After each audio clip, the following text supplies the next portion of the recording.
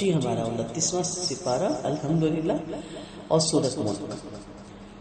سورۃ ملک کی بہت فضیلت ہے۔ آپ صلی اللہ علیہ وسلم نے فرمایا قرآن میں 30 آیتوں کی ایک سورۃ ملک ہے جس نے اپنے پڑھنے والوں کی سفارش کرنی ہے یہاں تک کہ وہ بخش دیا جائے گا۔ آپ کا فرمان ہے قرآن کی ایک سورۃ ملک اپنے پڑھنے والوں کی طرف سے جھگڑے گی یہاں تک کہ اسے جنت میں داخل کر دیا جائے گا۔ آپ کا فرمان ہے کسی صحابی نے لا علمی میں کسی کے قبر پر خیمہ گاڑ لیا، قبر سے سورۃ ملک پڑھنے کی آواز آئی، کسی نے اول سے آخر تک ساری سورت پڑھی۔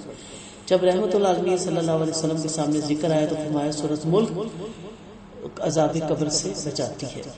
آپ صلی اللہ علیہ وسلم سونے سے پہلے الف لام میم تنزیل، الف لام میم سجدہ اور سورۃ ملک ضرور پڑھا کرتے تھے۔ اللہ تعالیٰ ہمیں بھی پڑھنے کی توفیق دے اور پڑھنے سے زیادہ اس کا مفہوم سمجھنے کی توفیق دے اور اس کے مطابق زندگیاں اپنے ڈالنے کی توفیق دے۔ بسم اللہ الرحمن الرحیم۔ تبارک الذی بیدہ الملک وہو علی کل شیء قدیر الذی خلق الموت والحیاۃ لیبلوکم ایکم احسن عملا وہو العزیز الغفور۔ شروع اللہ کے نام سے جو بڑا برکت والا ہے اور بڑا مہربان ہے، نہایت رحم کرنے والا ہے۔ وہ برکت والا ہے جس کے ہاتھ میں بادشاہت ہے اور وہ ہر چیز پر خوب قادر ہے۔ جس نے موت اور زندگی پیدا کی تاکہ تمہیں آزمائے کہ کون اچھے عمل کرتا ہے، وہ سب پر غالب اور بڑی بخشش والا ہے۔ شروع میں ہی اللہ نے بتا دیا کہ تمام کائنات کا بادشاہ میں، تمام کائنات کا کل مختار میں، اور اللہ کی یہاں بڑائی بیان ہو رہی ہے کہ تمام مخلوق میرے اختیار میں، میں جو چاہوں کروں، کوئی میرا حکم ٹالنے والا نہیں، میری عظمت، میری حکمت، میرے عدل کی وجہ سے مجھ سے کوئی باز پرس کرنے والا نہیں، اور میں ہر چیز پر پورا قادر ہوں۔ سو جو ہر چیز پہ قادر ہے اسی کی بندگی ہے اور اسی کے حکم کے مطابق زندگیوں کو ڈھالنا ہے۔ وہ ہر چیز پہ قدرت رکھتا ہے، جو چاہے کر سکتا ہے۔ یہ آیت سمجھ آ جائے نا، وہ ہوا الی کل شیء قدیر، تو انسان کبھی بھی مایوسیوں میں نہیں جاتا۔ اور دوسری چیز جو اس میں اللہ تعالیٰ نے بتائی، زندگی کا مقصد، یہ دنیا دارالامتحان ہے۔ اللہ تعالیٰ نے تمام کائنات کو ادب سے وجود میں لایا تاکہ نیکوں کا امتحان ہو جائے، نیکوکاروں کا امتحان ہو جائے۔ پہلے موت کا ذکر ہے کیونکہ موت آپ کی زندگی کا دائرہ بدلتی ہے، آپ کی زندگی گزارنے کے طریقے بدلتی ہے۔ پھر زندگی کا ذکر ہے لیبلوکم ایکم، ہم اکثر پوچھتے ہیں نا کیا یہ دنیا بنانے کی ضرورت ہے، کہ لیبلوکم احسن عملا، یہ نہیں کہا کون زیادہ عمل کرتا ہے، یہاں کا کون احسن عمل کرتا ہے، اس کے بہترین حصے کو کون لیتا ہے، کون اس زندگی کو بہترین اخلاق، بہترین کردار اور بہترین معاملات اور بہترین خیالات کے ساتھ زندگی گزارتا ہے۔ تو بہترین بنے، بہترین لوگوں کے لیے بہترین فرشتے اور بہترین آگے کی منازل اور بہترین لباس اور بہترین ہی جنت، جو سب سے بہترین جگہ جنت الفردوس کے وہ حقدار بنیں گے۔ وہ غالب ہے، الغفور درگزر سے کام لیتا ہے۔ اسی نے طے بتائے 7 آسمان بنائے، اسے دیکھنے والے تو اللہ کی مخلوق میں کوئی بے ضبطگی نہیں دیکھیں گے۔ دوسری بار نگاہ ڈالے، نگاہ عاجز ہو کر اور تھک کر تیری طرف واپس لوٹ آئے گی۔ ہم نے دنیاوی آسمان چراغوں سے خوبصورت بنائے اور چراغ شیطانوں کو مارنے کے لیے بنائے، اور ہم نے ان کے لیے جہنم کا عذاب تیار کر رکھا ہے۔ یہاں ایک پھر چیلنج دے دیا گیا کہ اللہ کی صنعت کاری کو دیکھیے۔ دنیا میں کوئی بلڈنگ بناتا ہے، کوئی نہ کوئی ناقص رہ جاتا ہے، کوئی کہتے ہیں لفٹ صحیح نہیں، کوئی کہتے ہیں کہ اس کی سیڑھیاں نہیں رکھا، کوئی کہتا ہے حادثات کے وقت کیا کیا جائے گا۔ ٹائٹینک کا واقعہ تو آپ کو پتہ ہی ہے نا، جب جہاز بنایا گیا اور کہا گیا کہ انشورنس کمپنی نے کہ آپ نے اس میں کشتیاں کم رکھی اور کچھ ایسے، تو انہوں نے کہا یہ اتنا زبردست چیز ہے کہ نہ یہ ایسا وقت ہی نہیں آئے گا کہ ہمیں کشتیوں کی ضرورت پڑے۔ تو اس کی پہلی فلائٹ تھی، پہلی اس کی ابھی جا رہے تھے، اور بہت اس میں آپ جانتے ہیں کس طرح کا حادثہ تھا، اور وہ پھر ٹکرایا اور اسی وقت پاش ہو گیا، اور کشتیاں نہ ہونے کی وجہ سے وہ زیادہ لوگوں کو نہیں بچا سکے، زیادہ لوگ ڈوب گئے۔ ویسے ایک ضمنی سے بات یاد آ گئی کہ انسان کتنی بھی پروفیکشن کر لے، کسی بلڈنگ میں، کسی کارخانے میں، کسی دنیا کی یعنی ذہین سے ذہین انسان بھی کچھ کر لے، لیکن اس کو چینج کرنا پڑتا ہے وقت کے ساتھ، حالات کے ساتھ، ضرورت کے ساتھ۔ لیکن اللہ کو نہ آسمان بدلنا پڑتا ہے، نہ کبھی اس کو چھوٹا کرنا پڑتا ہے، نہ کبھی بڑا کرنا پڑتا ہے، نہ زمین بدلنی پڑتی ہے، نہ کبھی اس کو کھینچ کے لمبا کرنا پڑتا ہے، کبھی وہ سنگڑ جائے، پھر اس کو کبھی کاٹنا نہیں پڑتا۔ اللہ کی ایک ایک صنعت کاری با کمال ہے، کوئی کمی، کوئی نقص، کوئی عیب نہیں، ہموار، اونچی نیچی، ہیر پھیر، اختلاف سے، بٹھنگے پن سے، بے ضابطگیوں سے، ہر چیز سے وہ مبرہ ہے۔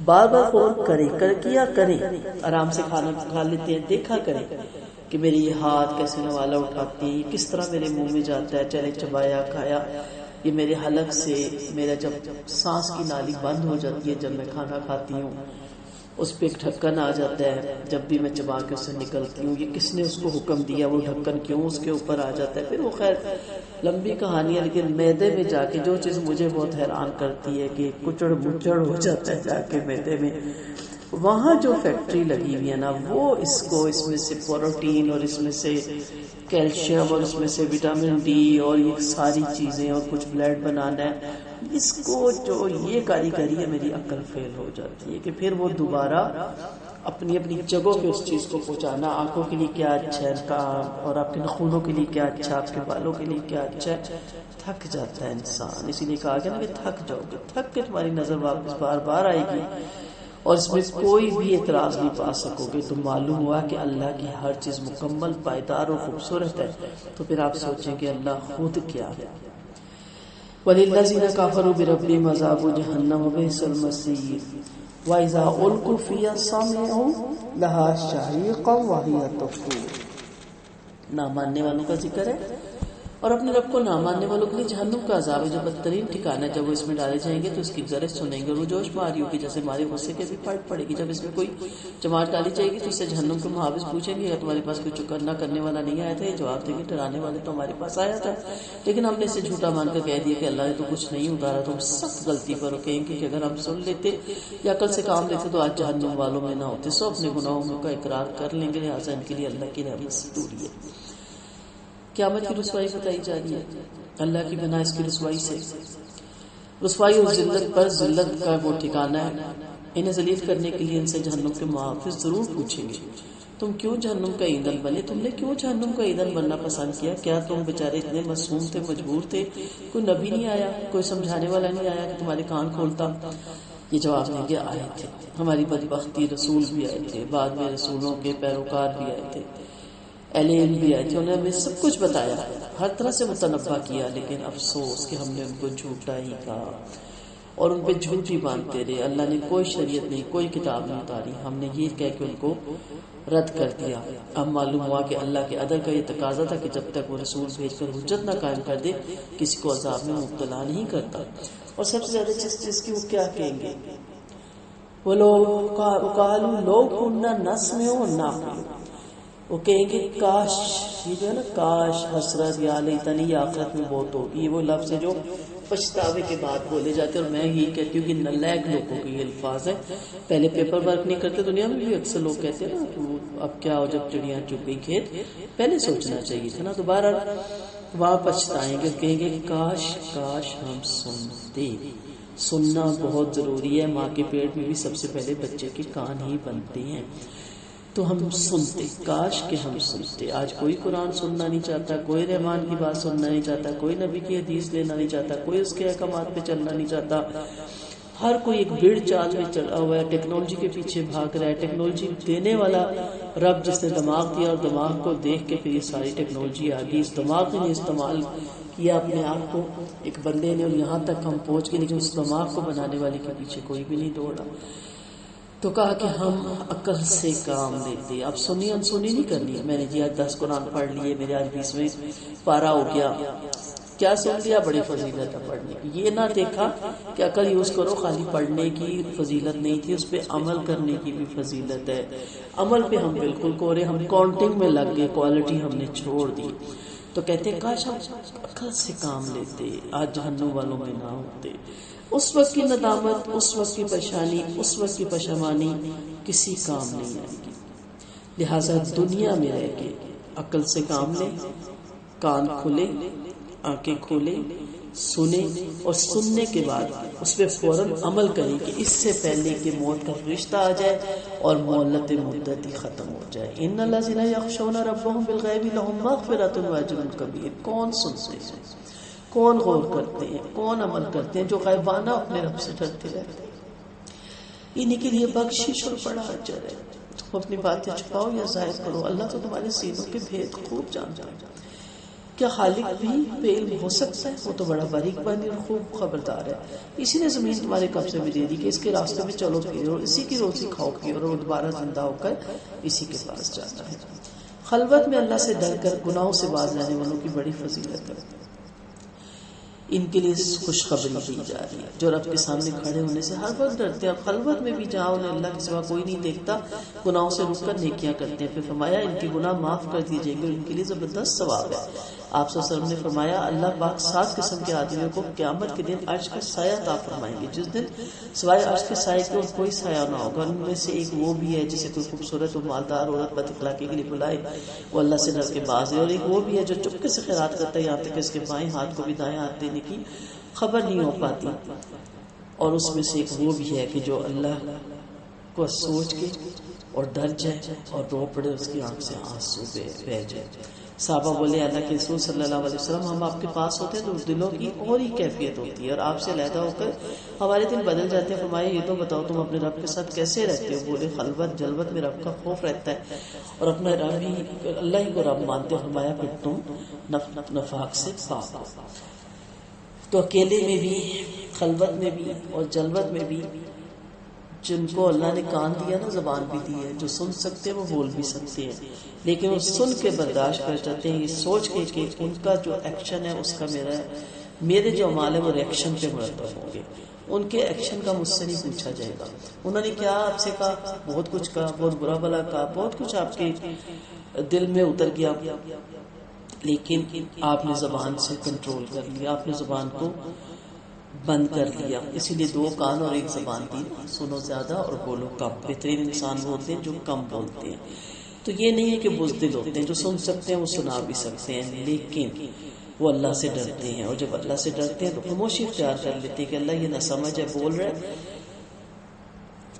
یہ نہیں جانتا کہ اس آواز پہ ان باتوں کی بھی باس پوس ہوگی، تو میں تو جانتا ہوں، مجھے تو نے علم سے نوازا ہے، تو وہ فوراً اس چیزوں سے رک جاتے ہیں۔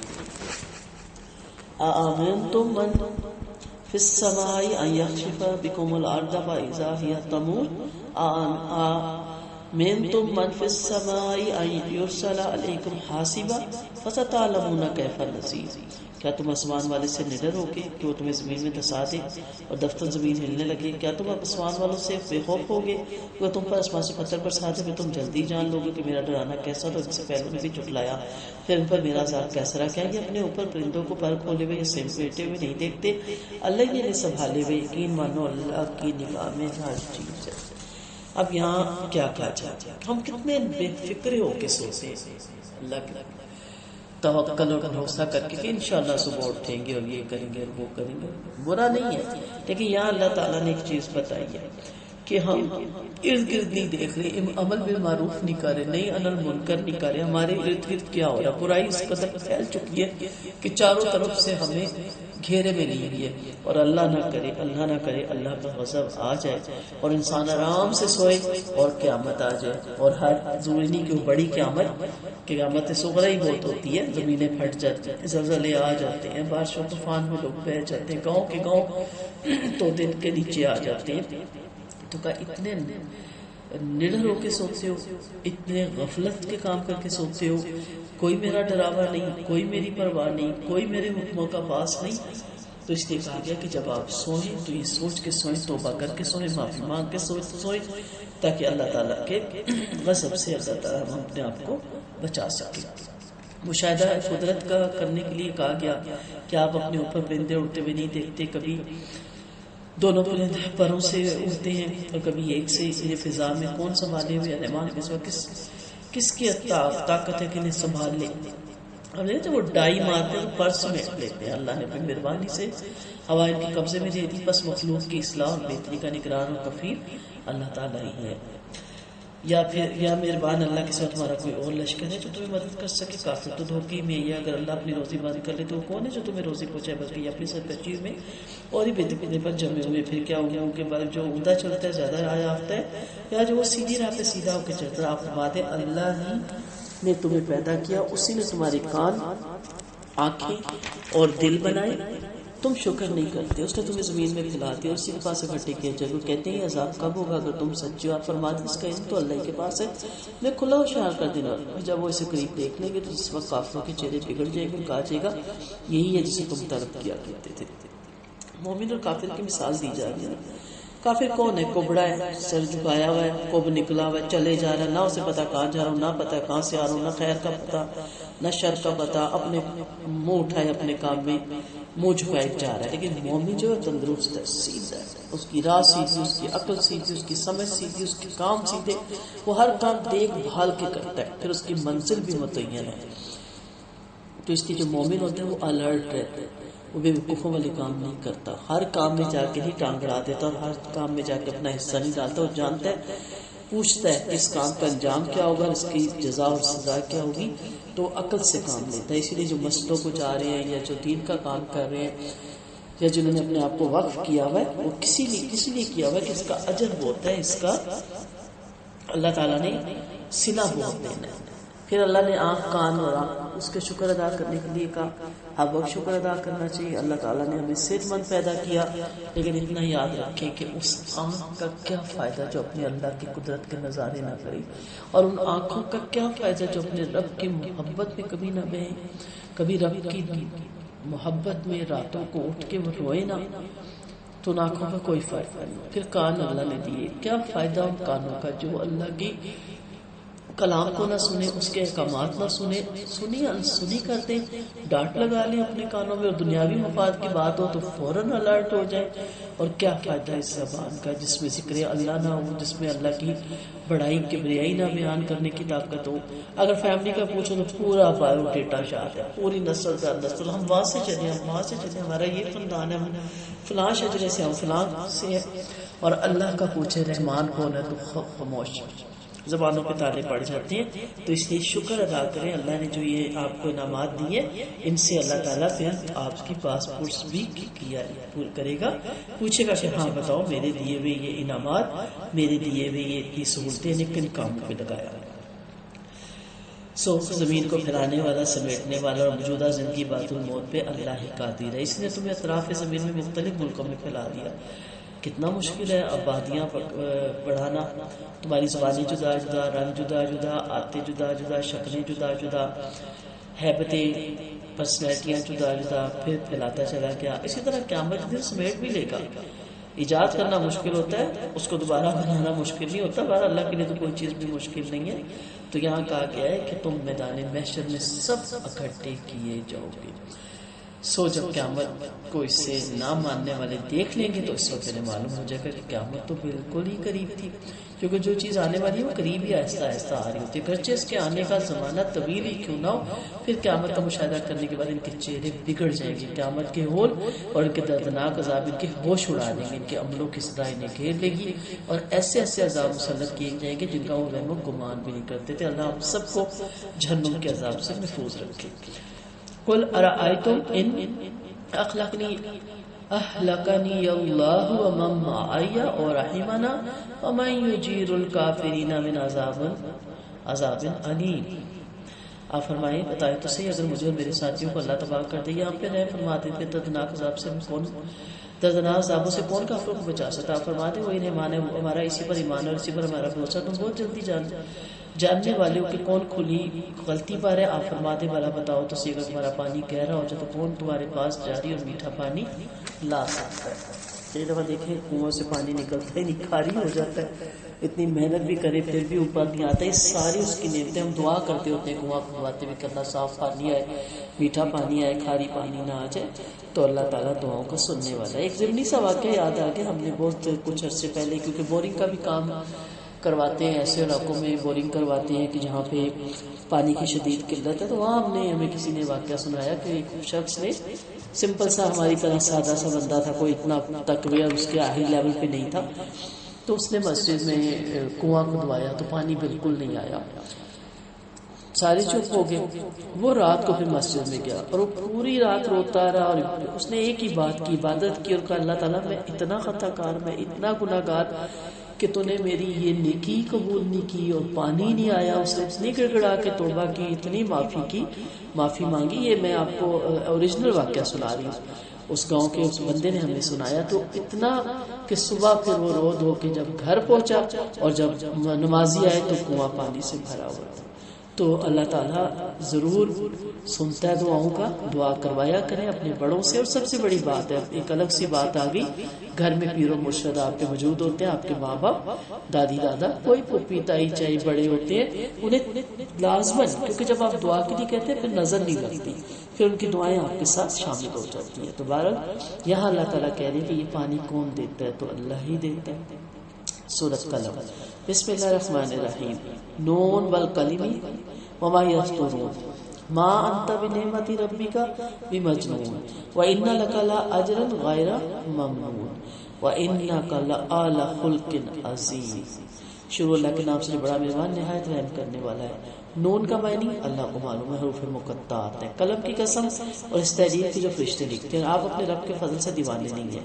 آپ کو بڑا بھاری اور غیر منقطع ثواب ملنے والا ہے. آپ انتہائی بہترین اخلاق والے ہیں. آپ بھی جلد ہی دیکھ لیں گے اور یہ بھی کہ تم میں کون دیوانا ہے. آپ کا رب گم شدہ راہوں اور راہ آفتہ والوں کو خوب جانتا ہے. کتنے خوبصورت الفاظ ہیں. پہلی چیز ہے تعلیم کتابت بھی ایک نعمت ہے. اللہ نے جس نے قلم کی قسم کھا کر کہا تعلیم کتابت کی نعمت یاد دلائے گی، جس کے ذریعے تمام علوم حاصل کیے جا سکتے ہیں. تحریر کی یا علم کی جو تحریر کے ذریعے سکھایا جاتا ہے یا بندوں کے عملوں کی جنہیں فرشتے لکھتے ہیں، دونوں کی قسم ہے. اب آپ دیکھیں کہ ایک ہوتا ہے جیسے آپ مجھے سن رہے ہیں، ٹھیک ہے، الفاظ کا علم، وہ آپ یہاں سے اٹھ کے باہر تک جائیں گے، 2 دن اثر رہے گا، آہستہ آہستہ وہ ختم ہو جائے گا. لیکن یہ جو علم ہوتا ہے نا لکھا ہوا تحریر کا، یہ صدیوں، جیسے میں اگر تفسیر ابن کثیر سامنے رکھ کے بیٹھتی ہوں، جو کوئی بھی کتاب رکھ کے بیٹھتی ہوں تفسیر کی، تو ان کے رائٹر جیسے تفسیر ابن کثیر کا ہی ہم دیکھیں تو تابعین میں سے تھے، تبع یا تابعین میں سے، میں بھول رہی ہوں، اللہ مجھے معاف کر دے.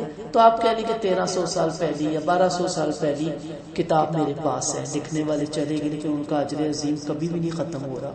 تو لکھا کریں. آپ کے پاس ایک ڈائری ہونی چاہیے، اس میں ہر چیز لکھا کریں. آپ نہ رہیں، آپ کی کوئی ڈائری کھولے، ہو سکتا ہے اس کی زندگی بدل جائے. اسی طرح 2 دوست تھی اور وہ ہمارے کسی نے اپنا وہ واقعہ سنایا تھا کہ وہ ڈائریاں لکھتی تھی اور انہوں نے جب اسکورس اکٹھا کیا تو اس میں وہ اصول بھی بناتی تھی، ہم یہ کریں گے، یہ کریں گے، یہ کریں گے. جب کورس ختم ہو گیا اپنے اپنے گھروں میں چلی گئی، اپنے اپنے علاقوں میں شادیاں ہو گئی. کچھ عرصے بعد کسی نے کہا میں فلاں جگہ گیا تھا، تمہاری دوست میں نے دیکھی، پتہ چلا بہت ماڈرن ہو گئی ہے، بہت ہر چیز میں ان ہے. وہ کسی شادی پہ ہی دیکھی گئی اور بڑا ڈانس واس کر رہی تھی. دوسری کو بہت دکھ ہوا، دوسری دین میں بہت آگے جا چکی تھی. اس نے صرف اس کا ایڈریس پوچھا اور ایڈریس کے پتے پہ ایک ڈائری سینڈ کر دی.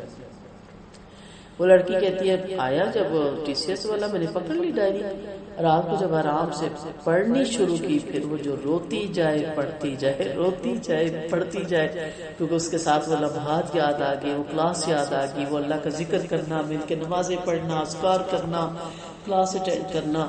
صبح تک اس کی زندگی بدل چکی تھی اور صبح وہ جب نکلی کمرے سے تو وہ اور پھر لڑکی تھی، وہی قرآن و سنت پہ چلنے والی. تو لکھا ہوا عمل آپ کا ہمیشہ محفوظ رہ جاتا ہے. تو لکھا کریں، یہاں بھی لکھنے کی بات ہے. دوبارہ یہاں پہ دوسری چیز جو ہم نے دیکھی ہے وہ ہے کہ نبی کریم صلی اللہ علیہ وآلہ وسلم کے بارے میں کہا گیا کہ آپ مجنو دیوانے نہیں کہنے والے، آپ کو دیوانے، آج بھی دین کی راہ پہ چلنے والوں کو دیوانہ ہی کہا جاتا ہے. اور کتنی خوبصورت آیت ہے، اے نبی ہم آپ کو بہت دیں گے، اتنا اجر، اتنا اجر دیں گے، اتنا زبردست ثواب دیں گے جو نہ ختم ہونے والا اجر ہوگا. اللہ تعالی ہمیں بھی ایسے عمل ہم سے کروا لے کہ اس کا اجر کبھی ختم نہ ہو. ہم اپنے پیچھے بھی ایسے کام چھوڑ دیں کہ ہمارا اجر کبھی ختم نہ ہو. تو دیوانوں کو تو نہیں ثواب دیا جاتا نا. کہا گیا ہے کہ لوگوں تک آپ پیغام پہنچا رہے ہیں، اذیتیں برداشت کر رہے ہیں، ہم آپ کو بہت دیں گے. سورۃ خود میں بھی پڑھا تھا نا، عطاءً غیر مجزوز، یہ بخشش ختم ہونے والی نہیں، یعنی بے حساب اجر ملے گا. تبلیغ کے لیے جو سب سے ضروری چیز ہے وہ اخلاق ہے. یہاں کے بڑے بڑے دیندار لوگ فیل ہو جاتے ہیں اور جس کی وجہ سے دین نہیں پھیلتا. آپس میں بڑے ان کی بد اخلاقیوں کی وجہ سے ان میں فرقے اور جماعتیں بنتی ہیں، ان کی تنظیمیں ٹوٹتی ہیں، لیکن ایک فرد کو ایز اے مسلمان وہ نہ بھی تبلیغ کرتا ہو، کیونکہ اس کی زندگی تبلیغ ہی ہے، اپنے بچوں کو پالنا، فیملی کو لے کے چلنا، اخلاق بہت کم کرتا ہے۔ اور سب سے پہلے جو ترازو میں حقوق العباد رکھے جائیں گے نا، اس میں سب سے پہلے اخلاق ہی رکھا جائے گا۔ آپ کے بارے میں فرمایا گیا کہ آپ مکارم اخلاق کے مالک ہیں، بلکہ معلم بھی ہیں، اور قرآن سرچشمہ مکارم اخلاق ہے۔ حضرت عائشہ آپ کے اخلاق کے بارے میں جب پوچھا گیا تو فرمایا آپ چلتے پھرتے قرآن ہی، یعنی آپ کی عادتیں قرآنی احکام کے مطابق ہیں۔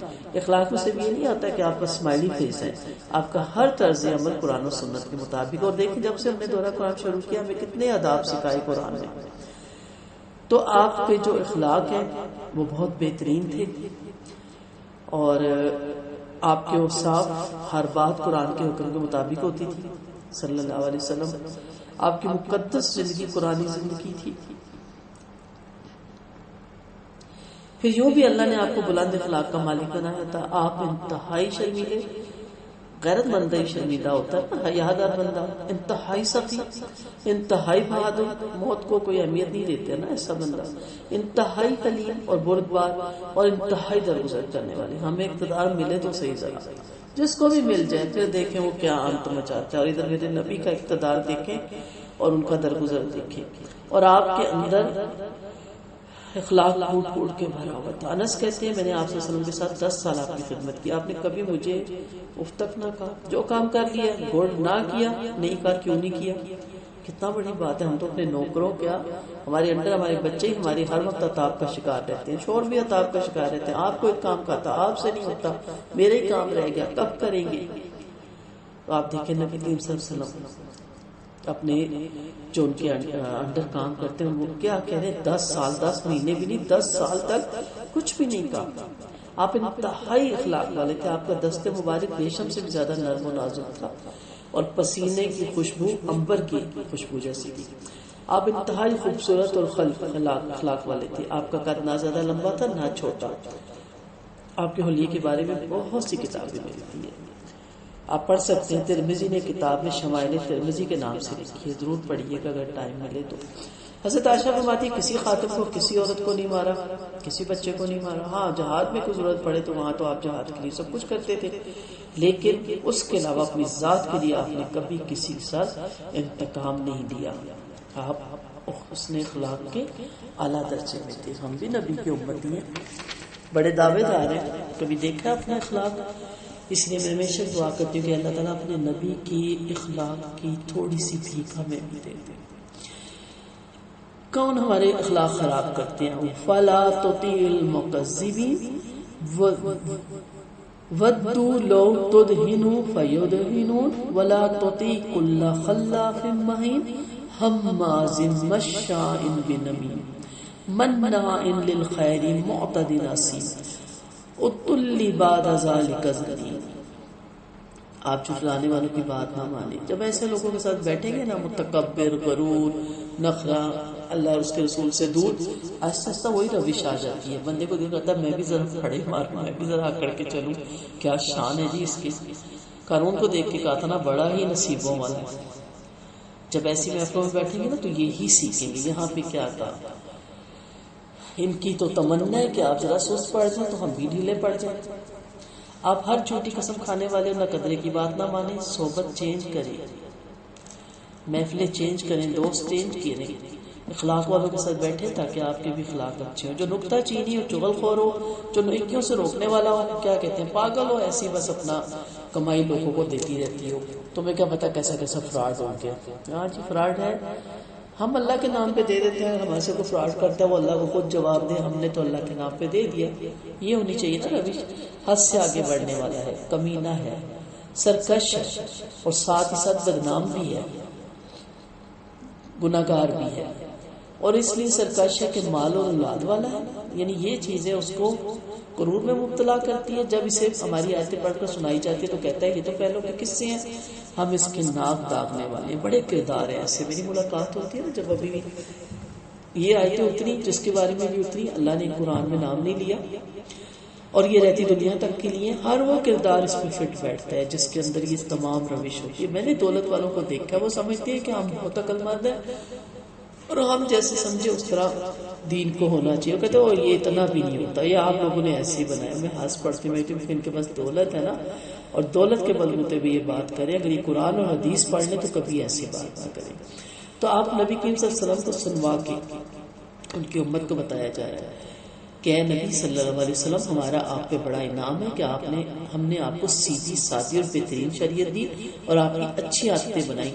بس آپ کا بھی فرض ہے کہ اپنے جھوٹوں کی بات نہ مانے جو ہمیں نہیں مانتے. تو ہمیں سیرت کے لیے، کردار کے لیے، موٹیویشن کے لیے، آگے بڑھنے کے لیے ہمارے لیے بہترین پرسنالٹی نبی کریم صلی اللہ علیہ وسلم موجود ہے. ہمارے بہترین ہیرو ہمارے پاس موجود ہیں. ہمیں کسی اور کی ضرورت نہیں. پڑھنے سے منع نہیں کیا. بڑی بڑی کتابیں ہیں، 7 ہیبٹس اور 20 ہیبٹس اور یہ کامیابی کے ہیبٹس میں کہتے ہیں نبی کریم صلی اللہ علیہ وسلم کی ایک بات پکڑ لو. نبی کریم صلی اللہ علیہ وسلم کی جو حدیث جو میرے دل پہ ہمیشہ رہتی ہے، دماغ پہ، اللہ کرے میں عمل میں بھی لا سکوں. آپ صلی اللہ علیہ وسلم نے فرمایا اللہ نرمی پہ وہ دیتا ہے جو سختی پہ نہیں دیتا، اور اس سے بھی کوئی سخت چیز ہوتی تو بھی نہ دیتا اس پہ. تو اس نرمی کی عادت آپ پکڑ لیں تو آپ کی ساری زندگی سنور سکتی ہے. دوبارہ اب ان کی ایک اور کنڈیشن بھی بتائی جا رہی ہے ایسے لوگوں کی جو جھوٹے ہیں، مکار ہیں، کہ ان کی خواہش کیا ہوتی ہے کہ دیندار لوگ ڈھیلے پڑے تو ہم بھی ذرا ڈھیلے پڑ جائیں. تو آپ تھوڑے سے نرم ہو جائیں اور یہ اللہ کا قانون پس پوچھ ڈال دیں. آپ ذرا سا رخ بتوں کی طرف کر دیں نعوذ باللہ، تو یہ بھی تھوڑا انہیں بھی موقع مل جائے. اب مت مانیں ان کی. ہم کئی دفعہ میں دیکھتی ہوں لوگوں کو تبلیغ کی حکمت کا یہ مطلب تھوڑی ہوتا ہے کہ آپ ان کی باتیں مان لیں اور کہ نہیں آپ ٹھیک کہتے ہیں کہ جی ابھی میں حکمتوں سے کام لے رہا ہوں. جو شرک ہے وہ شرک ہے، اس کو کسی صورت بھی قبول نہیں کرتا. پھر جھوٹا، چغلی خور، اچھا اور برا کی یہاں پہچان بتائی جا رہی ہے. بھلائیوں سے خود بھی بات رہتا ہے، دوسروں کو بھی روکتا ہے. اچھا ایسے لوگوں کے پاس بھی مت بیٹھے، وہ آپ کو ایسا ایسا آپ کا مائنڈ بنا دیتے ہیں ایسے. ٹھیک ہے. اور پھر بہت سی آیتیں یہاں بتائے گی. اتل زنیم، آپ صلی اللہ علیہ وسلم سے اتل زنیم کے بارے میں پوچھا کہ فرمایا بد خصلت، وہ کھانے والا، ٹھیک ہے، ظلم کرنے والا، بڑے پیٹ والا، مال جمع کرنے والا، اللہ کی راہ میں خرچ نہ کرنے والا، سنگ دل، بد خصلت، پیٹو، جنت میں نہیں جائے گا. آسمان بھی افسوس نہیں کرتا ایسے انسان پہ جس سے اللہ نے تندرستی، اسدودگی اور دنیاوی عزت دی اور وہ لوگوں میں مظالم ڈھاتا رہے. یہی سرکش اور بدنامی ہے. غرض اتل، تندرست، بد اخلاق، خوب کھانے والا، بڑی شوق والے کو کہتے ہیں. تو بہت کچھ ہے. اور پھر دوسری چیز جو کہا کہ ہم نے ان کو مال اور اولاد دیا، بیٹے دیا، تو اس کا یہ حق ہے کہ آپ جہاں بیٹھے رکڑ کے بیٹھیں گے میرے 6 بیٹے اور میرے 8 بیٹے اور میری اتنی کاریں اور میرے اتنے بنگلے اور میرا اتنا کاروبار ہے اور میں یہ ہے وہی ہے. مت دہرائیں. چاند چڑھے تو دنیا دیکھتی ہے، پتہ چل جاتا ہے. ہر وقت شور و غل کرنے کی ضرورت نہیں ہوتی. لیکن اگر یہ چیزیں آپ کے فخر اور غرور کا باعث بن گیا اور دوسروں کی اذیت کا باعث بن رہا ہے تو یہی چیزیں پھر آپ کو جہنم میں لے جانے کا بھی سبب بنے گی. اللہ تعالیٰ ہم سب کو جہنم سے محفوظ رکھے. اور جہنم کی سزا کے طور پہ کہا جا رہا ہے، حدیث میں ہے کہ انسان 1000 سال مومن لکھا رہتا ہے لیکن مرتے وقت اللہ اس سے ناراض ہو جاتا ہے. ظاہر ہے کوئی ایسے کام کر جاتا ہے تو اسے کافروں میں لکھا جاتا ہے. اور کچھ لوگ ساری زندگی کافروں والے کام کرتے ہیں اور مرنے سے پہلے انہیں اللہ ہدایت دے دیتا ہے تو اللہ ان سے راضی ہو جاتا ہے. لیکن جو شخص عیب نکالتا ہو، چغلی کھاتا اور لوگوں کو برا کہتا ہوا مرے گا، قیامت دن اس کی پیش یہ نشانی ہوگی، اس کے اونٹوں کی جانب سے دونوں نتنوں پر ایک نشان لگا دیا جائے گا جس سے یہ پہچان لیا جائے گا. یہ تفسیر ہے ساناسی منہ علی الخرطوم. اور یہ بھی ایک جگہ تفسیر میں ہمیں ملتا ہے کہ ہاتھی کے ناک کی جیسی لمبی اس کی سونڈ ہوگی. ناک ہی لے لے کے ہم چلتے ہیں نا، غرور کے لیے ہماری ناک اونچی ہوتی ہے تو اللہ کہتا ہے یہ لوگ کتنی اونچی کر گئی. اللہ ہم سب کو محفوظ رکھے. ہم نے انہیں آزمایا جیسے باغوں والوں کو آزمایا تھا جب انہوں نے قسم کھائی تھی کہ صبح صبح اس باغ کے پھل اتار کر لے جائیں گے اور سبحان اللہ بھی نہیں کہا تھا. پھر اللہ آپ کے رب کی طرف سے اللہ اس باغ پر ایک گھومنے والا گھوم گیا. جب یہ سوئے ہوئے تھے پھر وہ باغ کٹی ہوئی کھیتی کی طرح ہو گیا. پھر جب صبح ہوئی تو ایک دوسرے کو آواز دے کر بلانے لگے اگر تمہیں پھل توڑنا ہی ہے تو سویرے سویرے چلو. چنانچہ وہ چل پڑے، چپکے چپکے باتیں کرتے جا رہے تھے کہ آج ہمارے پاس کوئی فقیر نہ آنے پائے، اور تیز رفتار صبح صبح جا رہے تھے، خوش ہو رہے تھے کہ پھل ہمارے قبضے میں. پھر جب باغ دیکھا تو ٹھٹک گئے اور کہنے کہنے لگے واقعی ہم رات تو نہیں بھول گئے؟ نہیں ایسا نہیں ہے، بلکہ ہم پھلوں سے محروم ہو گئے۔ ان میں سے ایک بڑے آدمی نے کہا کیا میں نے تم سے نہیں کہا تھا کہ اللہ کی پاکی کیوں بیان نہیں کرتے؟ اب یہ سب کہنے لگے ہمارا رب پاک ہے، بلا شبہ ہم ہی ظالم ہے۔ پھر آپس میں ایک دوسرے کی طرف متوجہ ہو کر ایک دوسرے کو ملامت کرنے لگے، بولے ہائے ہماری شامت، ہم سرکش تھے، کوئی بڑی بات نہیں، اگر ہمارا رب ہمیں اس باغ سے بہتر باغ دے، ہم تو اپنے رب ہی کی طرف رغبت کرنے والے ہیں۔ اسی طرح عذاب آتا ہے اور آخرت کا عذاب تو بہت ہی بڑا ہے، کاش لوگوں کو یقین ہو جاتا۔ یہاں سے ایک مثال دی جاتی ہے قریشیوں کو، باغ والوں کی تھی، ہم نے تم پر ترس کھا کے اپنی کمائی، اپنی کمال مہربانی سے پیغمبر اسلام کو مبعوث فرمایا، یہ ہماری ایک نعمت عظمی ہے، تم اسے ہاتھوں ہاتھ لیتے اور دل و جان سے قبول کرتے تو تم، لیکن الٹا ہو گیا کہ تم نے یہ نعمت ٹھکرا دی۔ باغ والوں کا واقعہ جو آپ صلی اللہ علیہ وسلم کو سنوا کے ان کی امت کو بتایا گیا، کہا جاتا ہے کہ ان کے جو والد تھے جب بھی باغ میں فصل کی کٹائی کا وقت آتا تھا تو غریبوں، مسکینوں، محتاجوں، یتیموں اور اسیروں کو ضرور دیتے تھے، ان کو حق نکالتے تھے۔ جب ان کی ڈیتھ ہوگی تو بچوں کے ہاتھ میں سب کچھ آیا تو بچوں نے کہا ہمارے باپ نے تو خام خواہ ان کو سر پہ چڑھایا ہوا تھا، اب ہم چپکے چپکے گھر سے نکلیں گے اور آرام سے رات کو سحری کے ٹائم ہم سارا کچھ کٹ کٹا کے گھر لے آئیں گے، نہ فقراء آئیں گے، نہ مانگیں گے، نہ دینا پڑے گا۔ اب وہ آپس میں نہ انہوں نے انشاءاللہ کہا، نہ اللہ کی نعمت کو اس پہ سبحان اللہ کہا، نہ اس کی قدر کی۔ اب جو نکلے ہیں سیدھا اپنے باغ میں گئے تو آگے باغ پہ اللہ تعالیٰ کی طرف سے طوفان آ چکا تھا، وہ جھلس گیا تھا، اس کے سارے پھل میوے ختم ہو چکے تھے۔ انہوں نے کہا یہ تو لگتا ہم بھولے سے کہیں اور آگے، پھر غور کہا نہیں یہ ہماری قسمت پھوٹ کی ہے، ہم تو دن دہاڑے لوٹ گئے، ہماری سال بھر کی محنت غارت ہو گئی، باغ تو ہمارا ہی ہے مگر افسوس باغ کے پھلوں میں ہمارا حصہ ہی نہ تھا، ہماری بدقسمتی کے منہ میں نوالا آ کر نکل گیا۔ ان میں سے جو بھلا آدمی تھا وہ بولا کیا میں نے تمہیں کہا نہیں تھا، قسمیں تو کھا رہے ہو، انشاءاللہ بھی کہہ لو۔ ان کے زمانے میں انشاءاللہ کی جگہ سبحان اللہ کہا جاتا، تو اس نے کہا بھائیو میں نے تم سے پہلے نہیں کہا تھا کہ سبحان اللہ پڑھ لو، مگر تم نے پھلوں کے اتارنے کے شوق میں کچھ پرواہ نہیں کی۔ غرور ہوتا ہے نا کہ میرے پاس سب کچھ ہے، مجھے کیا فرق پڑتا ہے۔ دولت والے کہتے ہیں اس پہ کبھی زوال آئے گا ہی نہیں، تو بڑی بڑی زوال آتے ہیں، اللہ ہم سب کو محفوظ رکھے۔ یہاں نہ شکری کا وبال بتایا گیا، نہ فرمانوں، بخیلوں، نہ شکروں پر جو محتاجوں، فقراء اور حاجت مندوں کا حق ماننا چاہیے، اس قسم کی بلائیں آتی ہیں۔ یہ تو دنیاوی بلائیں، لیکن آخرت کا عذاب بڑا بھاری اور بڑا تکلیف دہ ہے۔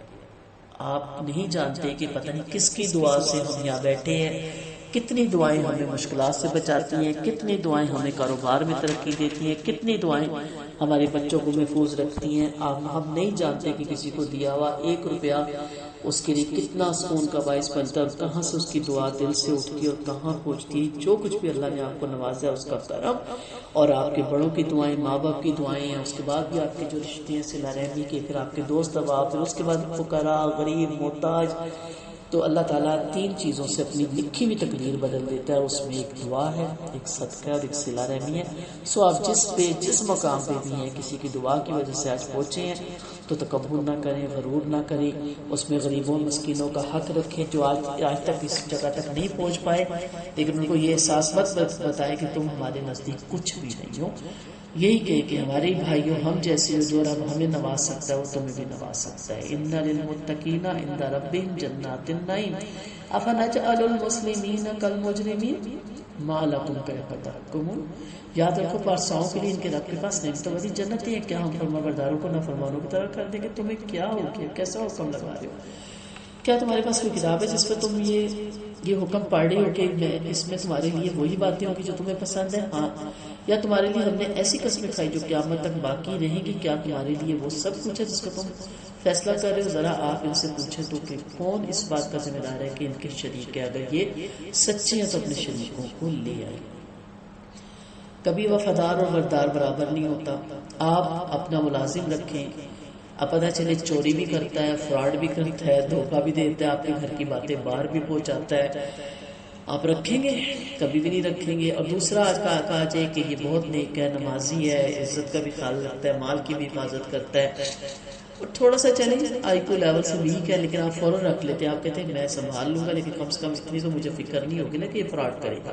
پھر دیکھیں بچیوں کے رشتے آتے ہیں یا بچوں کے لیے آپ رشتے کرتے ہیں، کیسے لوگ ڈھونڈتے ہیں اسی طرح کے نا اچھے، شاندار، بہترین۔ تو دنیا کا اگر یہ معاملہ ہے تو اللہ کا یہ معاملہ نہیں ہے۔ ہمارے یہاں ایک عجیب سا جملہ ہے کہ اللہ بخشنے پہ آئے تو گناہ گاروں کو بخش دے، نہ بخشے تو پرہیزگاروں کو نہ بخشے۔ کیوں؟ ظلم ہے اللہ عز باللہ۔ اللہ کا وہاں ظلم والا تو نہیں اللہ نے وہاں بنایا ہوا معاملہ. اللہ کا وعدہ ہے کہ وہ نیکوں کو، پرہیزگاروں کو جو اس کے لیے کھپتے ہیں، جو اس کے لیے سجدے کرتے ہیں، اللہ تعالیٰ انہی کو بخشے گا، اور جو نہیں کرتے ان کو اللہ تعالیٰ نہیں بخشے گا.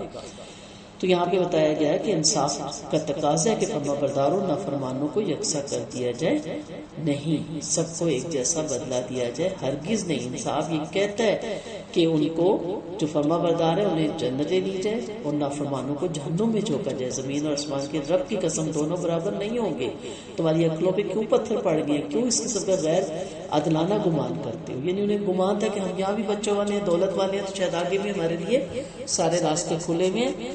اللہ آپ کی دولت سے امپریس نہیں ہوتا. نبی کریم صلی اللہ علیہ وسلم کا فرمان ہے اللہ تو تمہاری صورتیں اور تمہارے مال نہیں دیکھتا، اللہ تمہاری سیرتیں اور تمہارے اعمال دیکھتا ہے. تو اس غرور اور تکبر سے باہر نکلے. اس دن سے پہلے یوم یکشف عن ساق ویدعون الی السجود ولا یستطیعون خاشعۃ ابصارهم ترهقهم ذلہ وقد كانوا یدعون الی السجود وهم سالمون. جس روز پنڈلی کھول دی جائے گی اور انہیں سجدے کے لیے بلایا جائے گا مگر سجدہ نہ کر سکیں گے. ان کی نگاہیں نیچی ہوں گی اور ان پر ذلت سوار ہوگی. انہیں سجدہ کرنے کے لیے تندرستی کی حالت میں بلائے جاتے تھے. آپ مجھے اور ان قرآن کے جھٹلانے والوں کو چھوڑ دیں. ہم انہیں دھیرے دھیرے اس طرح کے سیکھ لیں گے کہ انہیں خبر بھی نہ ہوگی. میں انہیں مہلت دے رہا ہوں. میری تدبیر انتہائی مضبوط ہے کہ آپ ان سے اجرت مانگ رہے ہیں اور یہ توان سے دبے جا رہے ہیں. ان کے پاس علم الغیب ہے کہ اسے لکھ لیتے ہیں. پنڈلی کی تفسیر میں ایک حدیث ہے. حدیث میں آتا ہے کہ ہمارا رب اپنی پنڈلی کھول دے گا، مسلمان اس کے آگے سجدے میں گر جائیں گے مگر وہ سجدہ نہ کر پائیں گے جو دنیا میں نام و نمود اور شہرت کے لیے نماز پڑھا کرتے تھے، ریاکاری کی نماز پڑھتے تھے، دکھاوے کی نماز پڑھتے تھے. سجدہ کرنے کا ارادہ تو کریں گے لیکن کمر تختہ بن جائے گی، کیونکہ سجدہ اپنے رب کے سامنے سلنڈر کرنے کا نام ہے نا. اس کے حکموں کے آگے سلنڈر کرنے کا نام. حکم تو ہم اپنے نفس کا چلاتے ہیں، اپنی مرضی چلاتے ہیں. ہاں ہم ایک ٹوٹل پورا کر دیتے ہیں، حاضری بس لگوا لیتے ہیں. ابن عباس رضی اللہ عنہ فرماتے ہیں قیامت کی یہ ایک انتہائی نازک ساعت ہوگی جو انسان کو اپنی ہولناکیوں سے خود فراموش بنا دے گی. ایک روایت میں کہ جس دن بات کھل جائے گی اور عمل ظاہر ہو جائیں گے. بات کھلنے سے مراد آخرت کا آنا اور اس سے حجاب کا اٹھ جانا ہے. تو آپ سوچیں کہ ایک تو ہوتا ہے نا نماز نہ پڑھنے والوں کی وعید، ایک ہے نماز پڑھ رہے ہیں لیکن وہ دیکھ نہیں رہے کہ ان کے ناک کے نیچے کیا ہو رہا ہے. کیا نماز ان کو بے حیائی سے اور منکر سے نہیں روکتی؟ کیا نماز ان کو امر بالمعروف اور نہی منکر کا حکم نہیں دیتی؟ کیا نماز نہیں بتاتی کہ تم نمازی لوگ ہو، خاندانی لوگ ہو، تمہارا کیسا رویہ ہونا چاہیے، کیسی زندگی ہونی چاہیے، کیسا لباس ہونا چاہیے، کیسا معاملہ ہونا چاہیے؟ نمازیں بوڑھوں بزرگوں نے سنبھالی بھی ہے اور دیکھ ان کی بچیوں کے، ان کی بیویوں کے لباس کیسے ہیں، ان کے گھروں کے ماحول کیسے ہیں، مخلوط مجلسیں ہیں، کیا ان کے رویے چل رہے ہیں. تو دنیا میں یہ مغرور اور نافرمان تھے، آج آخرت میں ان کی نگاہیں جھکی ہوں گی. یہ ان کے کفر اور نافرمانی کا بدلہ ہوگا. دنیا میں ان سے جو کہا جاتا تھا کہ نماز پڑھو اور اللہ کو یاد کرو، مگر وہ نماز نہیں پڑھتے تھے اور سجدہ کرنے سے جی چراتے تھے. یہاں سجدہ سر تسلیم خم کرنے کا نام ہے کہ اللہ کے ہر حکم کے، صرف یہ نہیں کہ بس تھوڑی دیر وضو کیا اور جماعت میں کھڑے ہو گئے اپنا احسان اتر دیا اللہ کی ذات پہ نعوذ باللہ اور سر سے بوجھ اتار دیا. نماز بتاتی ہے کہ زور سے اثر تک کیا کر کے آئے اور اثر سے مغرب تک کا کیا کر کے آئے. آج قیامت کے دن انہیں سجدہ نصیب نہ ہوگا، کمر تختہ بن جائے گی. جب پروردگار عالم کی تجلی ہوگی اور ایمان والے سراپے شوق بندہ سجدے میں گر پڑیں گے مگر بے نمازی سجدہ نہ کر سکیں گے. کافر اور منافق ہر چند سجدہ کرنا چاہے گا مگر کمر تختہ ہو جائے گی، جھکا ہی نہیں سکیں گے، پیٹھ کے بل چت گر پڑیں گے. ان کے کفر اور نفاق کی اور نماز نہ پڑھنے کی سزا ہے. دنیا میں بھی ان کی حالت ایمان والوں کے خلاف رہی اور آخرت میں بھی ان کی یہی حالت ہوگی. اللہ تعالیٰ ہم سب کو محفوظ رکھے. بڑا خوبصورت جملہ ہے، میرا فیورٹ جملہ ہے، فَاصْبِرْ لِحُکْمِ رَبِّکَ. یہ آیت بہت خوبصورت ہے. آپ اپنے رب کے حکم پہ صبر کریں، رب کے حکم کا انتظار تو کریں. اب تھوڑا سا صبر کرتے بس بہت صبر کر لیا، اب ہم سے نہیں ہوتا اور پتہ نہیں کتنا کر لیں. جب تک میرے رب کا حکم نہ آ جائے اس وقت تک آپ صبر کریں. نبی کریم صلی اللہ علیہ وسلم کو تسلی دی جا رہی ہے قوم کی اذیتوں پر ان کے جھٹلانے پہ کہا صبر سے کام لیں اور مچھلی والے نبی کی طرح نہ ہو. جب انہوں نے حالت کرب میں رب کو پکارا، اگر انہیں ان کے رب کا احسان نہ پا لیتے تو واقعی برے حالوں میں کھلے میدان میں ڈال دیے جاتے. آخر ان کے رب نے انہیں چنا اور انہیں نیکوں میں بنا دیا. بلا شبہ ان کافروں کی آرزو ہے کہ آپ کو اپنی تیز نگاہوں سے پھسلا دے گی. جب کبھی قرآن سنتے ہیں تو کہتے ہیں یقیناً یہ دیوانہ ہے، حالانکہ قرآن تمام دنیا کے لیے نصیحت ہے. یہ سارا واقعہ ہم نے وہاں سورہ یونس میں تفصیل سے میں نے آپ کو بتا دیا تھا. اصل یہی ہے کہ فصبر لحکم ربک، ہر چیز کے لیے آپ کو اس وقت تک صبر کرنا ہے، چاہے وہ دینی معاملہ ہے چاہے دنیاوی معاملہ ہے، کہ جب میرے رب کا حکم صادر ہو جائے. نیکیوں کو نیکیوں کا بھلا ملے گا، کر بھلا ہو بھلا، اور بروں کو ان کی برائی کا بھی سزا اس دنیا میں ملے گی.